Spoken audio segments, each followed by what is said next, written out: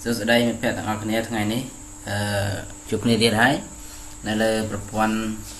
YouTube nâng Facebook là sẵn dễ bàn tôi sẽ làm video này cứ chỉ video đại bằng hai những video biết này cá chạyនៅ speed internet ដែលយើងបានប្រើប្រាស់ឥឡូវយើងមកតេស្ត speed internet ដែលយើងប្រើប្រាស់តើថាវាមានល្បិនប្រមាណមេនិងប្រមាណ bit ឥឡូវយើងតយើងមុនដំបូងយើងវាយពាក្យ speed test .net មក sp អូម៉ែ sp នេះគឺយ៉ាងនេះឯងនេះ speed test sp double e d t e s t .net ចឹងមកទៅ enter ទៅមក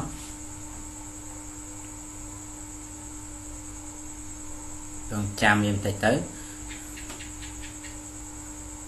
ការឆែកនេះគឺយើងអាចដកខ្សែឆែកក៏បានយើងឆែកតាមរយៈ Wi-Fi ក៏បាន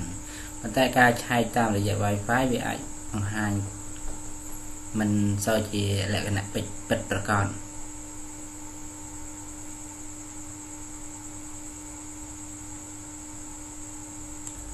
នៅពេលដែលយើងវាយ speed test រួចរាល់មកវានឹងនាំយើងមកកាន់គេហទំព័ររបស់ speed test នេះនោះដែរខ្ញុំសូមណែនាំឲ្យបងប្អូនប្រើនៅកម្មវិធី Chrome ទៅវាបង្ហាញជាលក្ខណៈច្បាស់លាស់គឺវាបង្ហាញបែបនេះ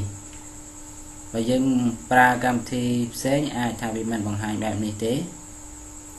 បន្ទាប់យើងបានចូល speedtest.net មកយើងនេះកន្លែងនេះយើងកលេចមើលកន្លែងនេះ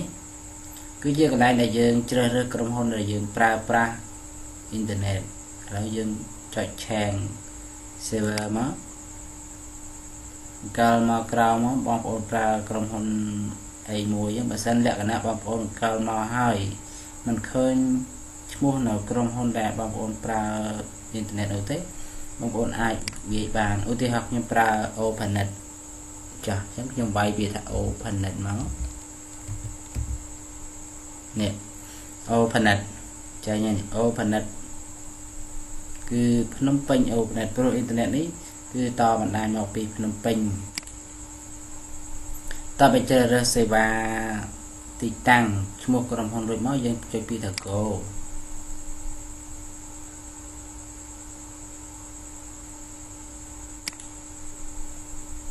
នៅវាបង្ហាញយើងឥឡូវហើយនេះ pin នេះគឺវាទាញនៅល្បឿនអ៊ីនធឺណិតចូល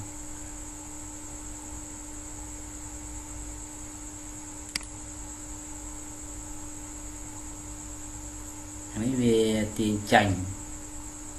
แล้วរងចាំការតេស្តផងវាតើវាទាញមកបានប្រមាណមេគឺស្មានណា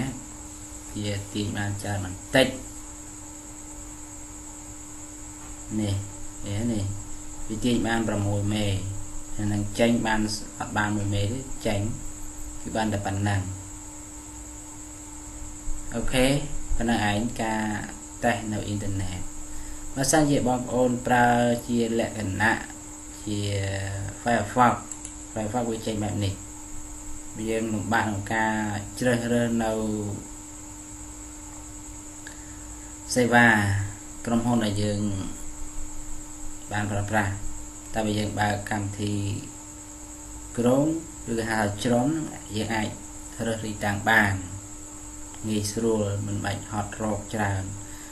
កម្មវិធីនេះមិនដឹងថារកនៅឯណាដែលនៅក្រុមហ៊ុនដែលយើងប្រើប្រាស់អូខេអញ្ចឹងអរគុណដែលបានទស្សនានៅវីដេអូនេះជួយ